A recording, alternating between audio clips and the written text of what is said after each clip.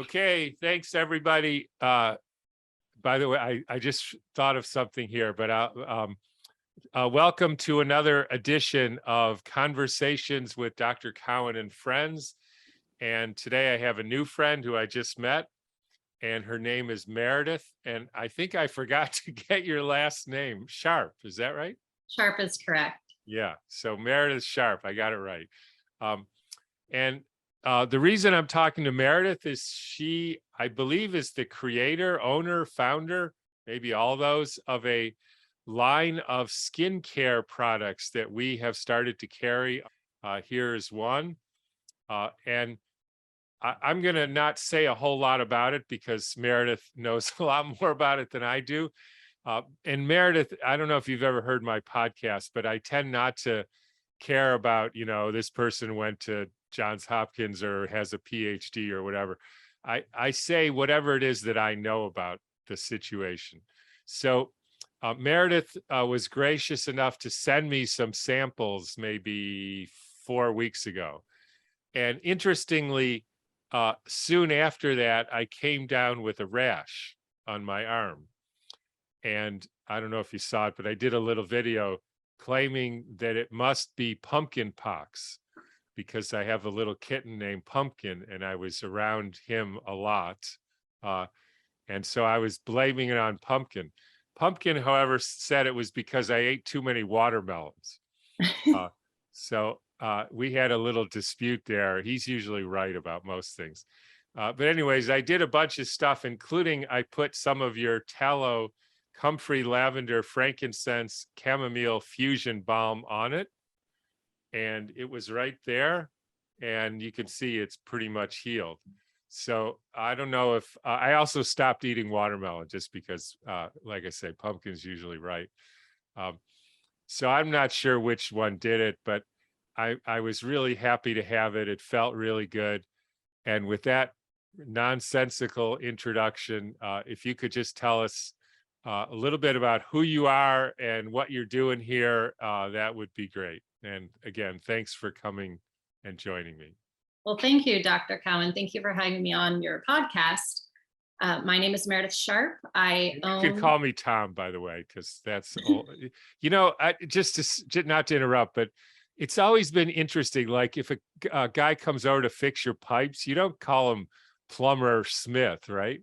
Or Gardener McGillicuddy or Tallow Bomb Creator Sharp, right? That's ridiculous. But somehow we think that's respectful for doctors. But anyways, you can go ahead. Well, people do call me the Tallow Lady. So, there you go. Well, thank you for that.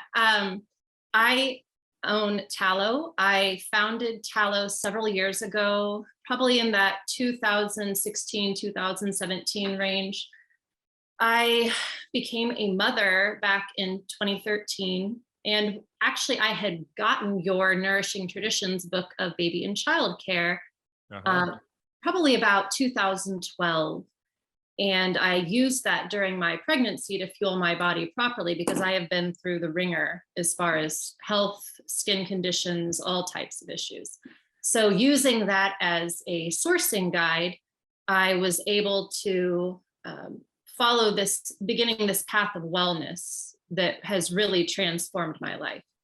Using the sourcing principles that you lay out in your book, I was able to meet farmers at farmers markets that followed the same Weston Price principles that I have come to hold very dear to my heart. I knew a farmer at the time that had an excess of suet, which anybody who doesn't know what suet is, it's basically a special type of fat around the kidneys of a cow that is known to have the same vitamin spectrum as in our own skin. So he had all this suet. It's what? Say that word again.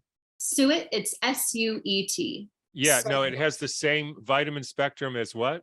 As in our own skin. Our own skin, yeah. So B vitamins, DEK, B12, all of the things that we do over our lifetimes, we start depleting our vitamin bases in our skin. So did you have any sort of academic, were you like a research person or a scientist or just a normal person who knows how to think about things? I went to school for, basically back then it was the equivalent to a degree in forensics, a lot of chemistry, biology, hard sciences, math, a good amount of criminal justice, but that doesn't really apply here. It was more that I spent a lot of time in the chemistry lab, and I am fascinated still by the chemical world, but what astounds me more than anything is the natural world, because there is everything that you need to nourish and heal your body. So I quickly, again, so it's kind of a long roundabout story. Yeah, you go back to the suet. That was it. So go back to the suet. So I knew a farmer that had all of this suet that he couldn't really sell because no one's really actively seeking suet, and who wants to have a bunch of fat in their freezer.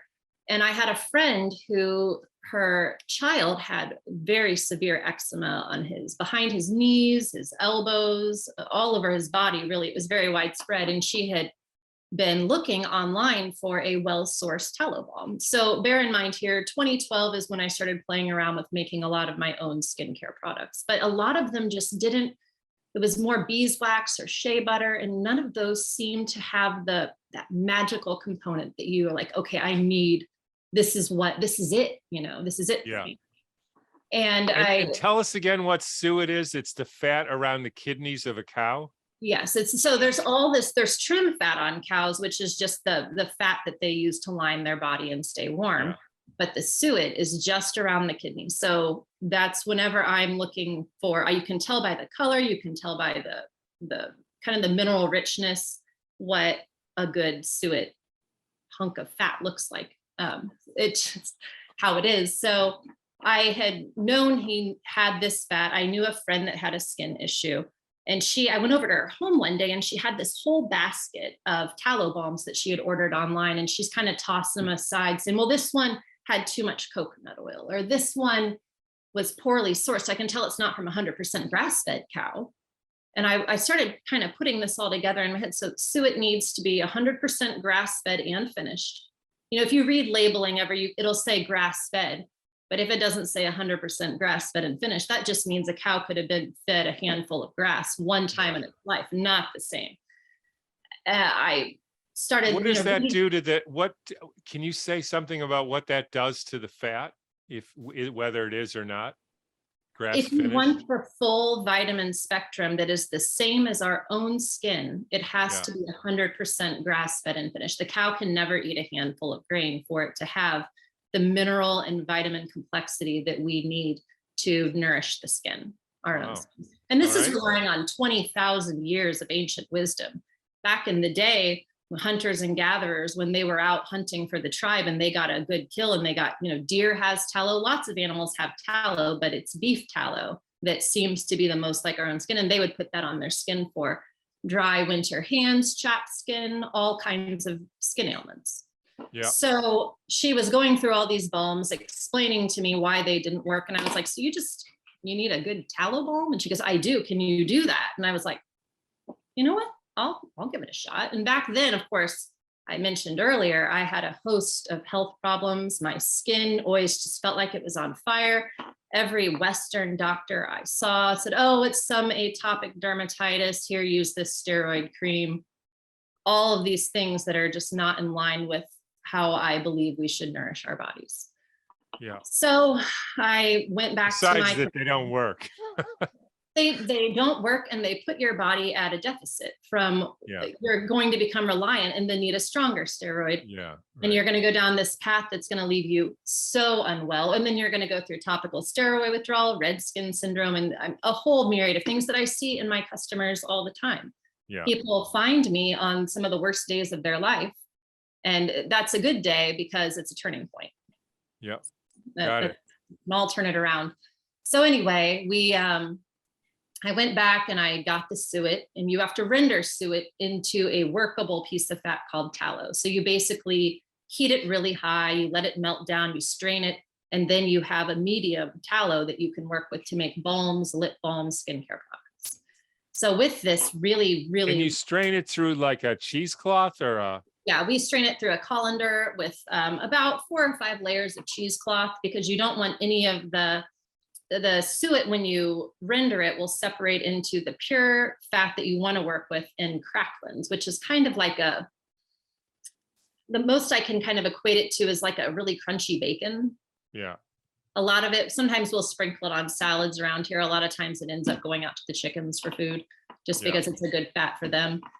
But we render that down, and then we can begin to make a base. So I originally, when I first started making tallow, I tried a lavender blend. I tried the lavender frankincense chamomile. I made a comfrey balm, which is probably one of our best selling products now because it's just so skin soothing. Comfrey has a special compound in it called allantoin, which boosts the growth of skin cells rapidly. So we love using that. You have that in the fusion that you tried for your arm. It's it's very, very healing.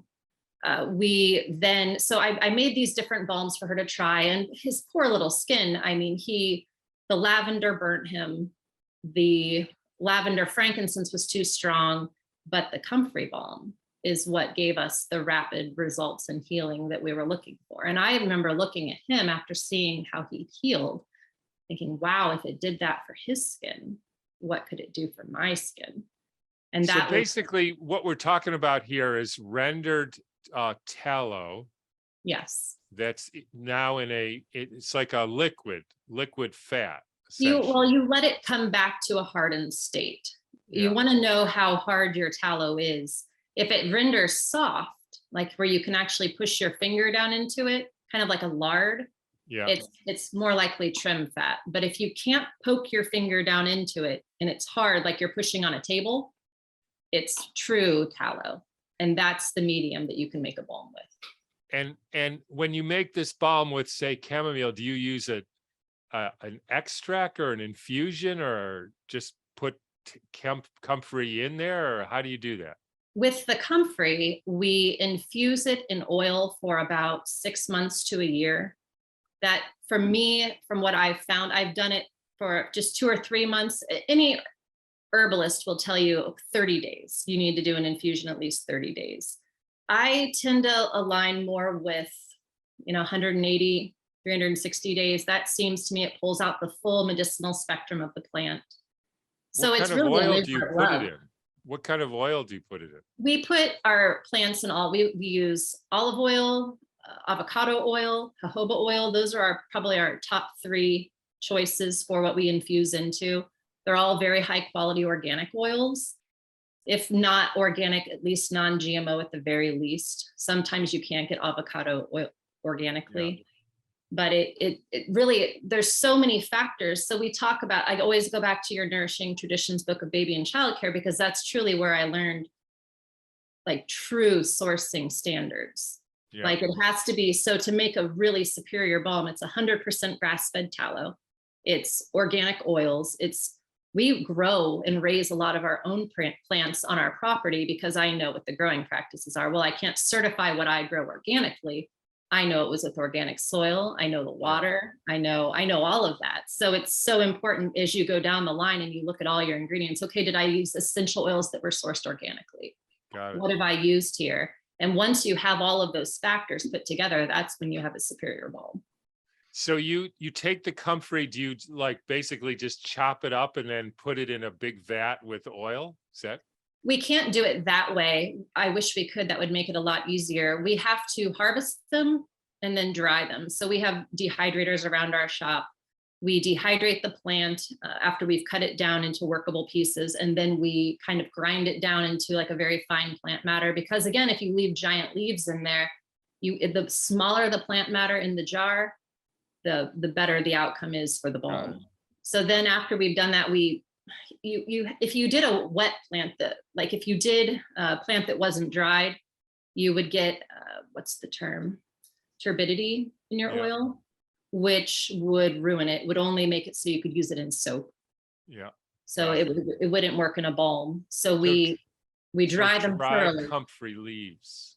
Correct. You can use the stem or the leaf of comfrey, and then we put it in the oil. We use about half-gallon sized jars now to hold all of that. So we have a whole room that's really just jars with plants and oils infusing in our workshop. Got it. And you use comfrey, frankincense, lavender, chamomile, anything else? So the balm that you're speaking about, we use essential oils of lavender, frankincense, and chamomile. The only infused oil that we use in that balm is the comfrey. Got it. Okay. If you want the scent and everything to be unleashed into the balm, that's when we use essential oils. Got it. Okay. So now we got this pure tallow as the medium and an infusion of comfrey and then some essential oils. Correct. Got it. So what So happens next? in balm making, it's almost like less is more. You can start adding lots of different ingredients, making things more complex. But again, a lot of the people that find me are people that can't use commercially made products. They have sensitive skin. They have all kinds of health conditions and allergies. So if they know they're looking at 5 ingredients in a balm and they say, oh, well, none of these affect me, I can use this. This is a product I can use. Yeah. So some of them get a little more complex. When you start talking about our Radiance balm, which is one that Cowan's Garden will be carrying, that one has a wealth of different plants in them, different essential oils, and it's absolutely amazing for restoring skin conditions. Yeah. Okay. Now let's go through. You said that the skin is similar chemically to tallow. What do you mean by that? Like, tell us more about that. The vitamin composition in our skin, or what it requires to be at a healthy state. I have to back up and say that skin health, true skin health, starts in the gut. And I know that you know that, and a lot of your listeners will know that. But there are times where no matter what you've been doing for the gut, your skin still, like my gut was fine when I was having skin issues, even after that. It was that my skin hadn't caught up to where the health of my gut was. Yeah. So I was able to, using tallow, restore my skin's health, because if you're talking about what cow fat, the tallow has in it, it has the vitamins, the D, E, K, the B12, all of those vitamins in there. When you get 100% grass-fed tallow, it will just put those vitamins back into your skin. A lot of skincare, people who follow skincare and all the latest trends, they'll have a serum for everything. All of that is in tallow. All of these serums and things that people are paying $90 a bottle for, if they buy a well-made tallow balm, they're going to get all of that through the product. Yeah. So in other words, the skin, like anything else, needs food. And it turns out, by some quirk of nature, which is not really a quirk, all those nutrients are in tallow. Correct. So, so you don't, I often say I was doing medicine for idiot doctors, because I didn't have to know anything except I'm sure it's in there. So just put tallow in and you'll be fine. Like, I don't really have to remember what's in there or not in there, because it's probably all in there anyways. So don't worry about it. So that's essentially what you're saying. It's all in there. So you don't have to use your calculator to find out how much of this or that. No, and it's really quite in proportion to what our skin needs. So when your customers are on the site and they're looking at a variety of balms and they're going, okay, wow, there's the comfrey balm, there's a fusion balm, there's winter armor, there's radiance. What is the difference between all of these? It's really what the customer is hoping to achieve. Yeah. You know, there's comfrey if you have a rash, sunburn, a skin irritation, eczema, psoriasis, all kinds of those more sinister skin issues. That is a wonderful balm to use to get diaper rash, any of those types of things to go away. Fusion is wonderful as a morning moisturizer. Radiance is great for people like my skin, who their skin has just been beaten up over time. And winter armor is wonderful if you have a soothing head, if you need to soothe your chest cold or your headache or something like that. There's so many different potential things that you can do with tallow as a medium, which is why I enjoy working with it. Yeah. You know, I had an interesting story about comfrey, which I'd say I'm 95% sure it's actually true, but not 100%.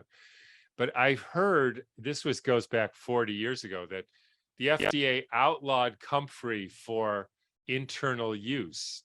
Correct. And the reason they did, they said, was this chemical, which you pronounced it a little different, allantoin, that's how I, is a growth stimulant, they said. And so therefore it must cause cancer. Now, the interesting thing, I remember looking into it at the time to see if the FDA had even a single case where they could say, see, this person, they ate a lot of comfrey or drank a lot of comfrey and then they got cancer. And they didn't have anybody. And so basically they were just saying, if it stimulates growth, it must cause cancer. And so that's why we're not going to let anybody use it. And that's, I'm familiar with those studies. I can speak to those because I know what happened. yeah. So yeah, tell us what you know about that. So you're right. It was probably 30, 40 years ago, somewhere in that time frame. They said, well, any consumption of category or any consumption of comfrey internally is going to cause cancer, liver failure, all types of issues. They were isolating, and you say it differently than I do, the allantoin in the comfrey, everything in moderation, right? Yeah. It was a study that was set up to be flawed from the get-go. And I didn't really follow the dollar signs on that one, but I knew it just had to be a money grab for somebody not wanting to allow a healthy plant to help people. Yeah, right. So, I mean, in stimulation of growth is good. Like if you have skin that's breaking down and you need to regrow skin, if you didn't regrow skin, you wouldn't get anywhere. So it's anyways, they do things like that. And I have hundreds of customers using our comfrey balm, and no one has ever come back to me and said anything, oh my goodness, this hurt me or this caused this. Yeah. I only hear wonderful stories from our customers about, skin growing back happy and healthy. I mean, that's why comfrey was called knit bone, because it would help the bone regrow and knit the bone together. Correct. Bone setter, bone knitter. 80 years ago, when people lived 100 miles from a doctor, they would make a poultice of comfrey and put it on a broken leg, so they didn't have to go to a doctor, and it would set their bone.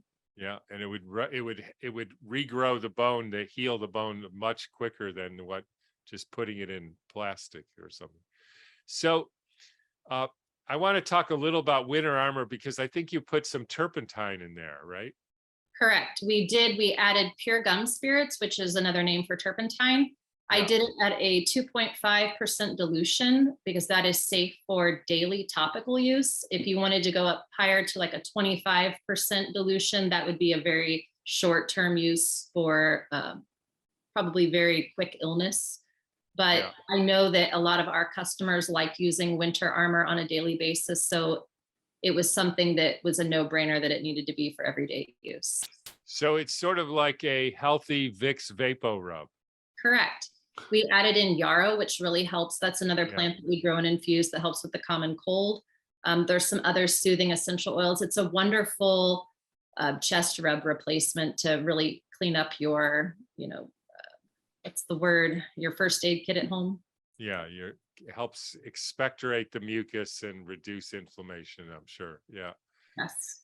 So tell us what you've seen over these years using your balms. I wish I had pulled up the pictures. Maybe I could send them and somebody could show you what my skin looked like prior to using tallow and what it looks like now using the balms that we create. I just had this horrible rash, and customers too. I mean, people send us before and after pictures all the time of skin ailments that they have that have been relieved greatly, or they're non-existent now because they're properly nourishing their skin. It's interesting to me. So when I go back in time and I think there's the way you have to look at this from, I'm a mother of 3 children. So looking at this perspective of what I want to put on my children's bodies, I think a lot of damage is done over the years using skincare products that are falsely branded to say, oh, we'll do this, it'll make your skin glow. And you read I have a chemistry background, and if I don't know what some of these things are in a product, I'm certainly not going to use them. I think that, it's crazy to me when I think about the stuff that we put on our skin. So when I back up and I say, okay, I had a child now, and I would look at something that would profess to be a natural product, and I didn't know what these things were, I was like, okay, I really need to start creating something myself here, because Yeah. this is not in line with what I'm thinking should be used on a child's skin or my own skin.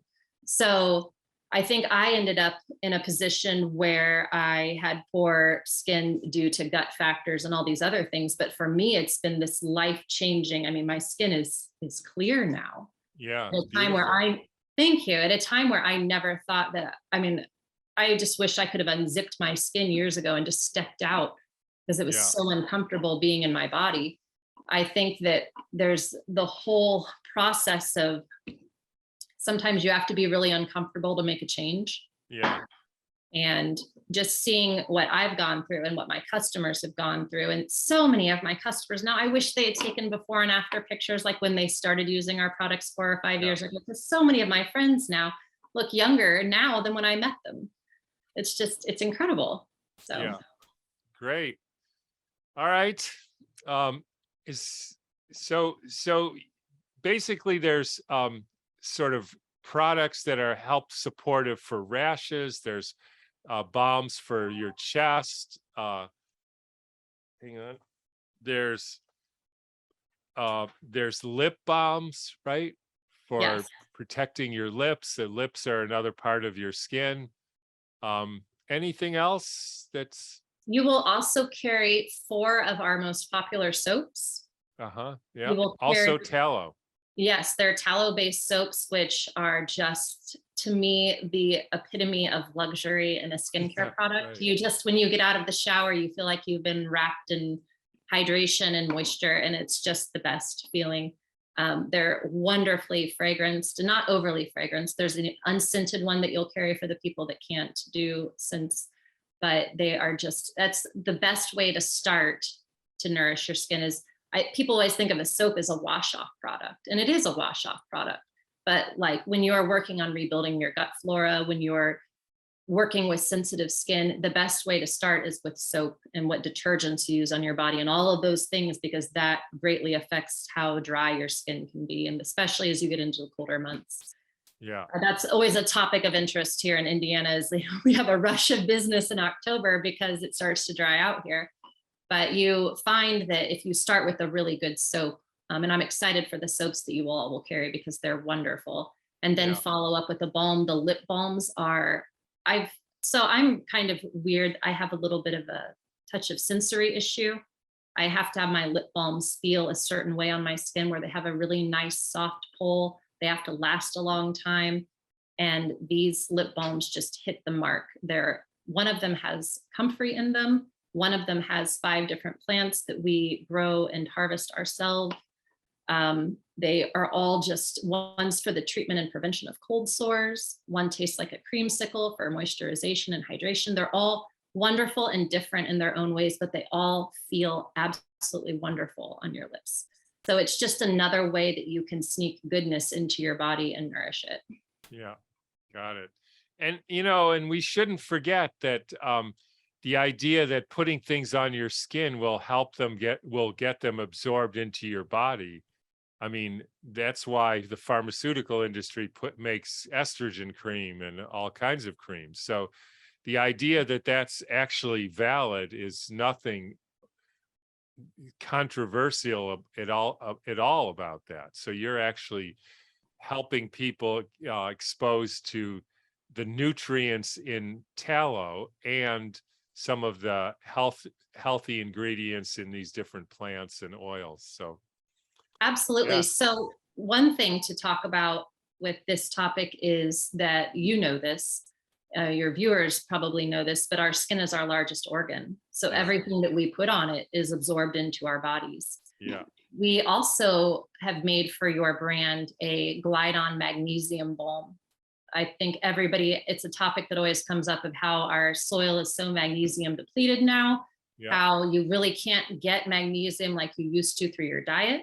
So we actually infuse lemon balm in jojoba oil for quite a long time. And then we add pure magnesium oil to tallow. We blend it all up and we make a glide on balm that is wonderful for aches and pains, sore muscles, bruising, trouble sleeping, restless legs, all those types of things that low magnesium causes in the body. And when you talk about using your skin to draw in nutrients, that is probably my favorite balm to talk about, because it just relieves so many issues that a lot of Americans are plagued with by just, drawing nutrients through your skin. Yeah. That's a great stuff. And you guys make all these yourself, right? Right in Indiana. Yes. So I live on a homestead with my family, and I have a team that comes and helps me. We have a separate building. We have a workshop on our property where we make all of the products that, Wow. we grow up as much as we can. We do all of the stuff we can to bring the best possible products to the people. It's Got it. really the best job I could ever dream of. So. Yeah. All right. I think we got it. It's one of the reasons I went into this business in the beginning, was to connect people who need help with their health with small entrepreneurs who are making stuff that you just can't find otherwise. And it's been extremely gratifying to me to be able to help some people, make a great living doing great stuff. I mean, I don't know anything better than that. So I am Thank really you. thrilled to be working with your team and you, and it's great what you're doing. Well, thank you, Tom. It's truly an honor reading the literature that you wrote, and it has transformed my health and my life. And I just couldn't be more thankful to be here and talking with you today. Thank you so Great. much. Okay, I think we got it. Thanks again, and we will be in touch. Awesome. Thank you. Have a good day. Okay, bye-bye.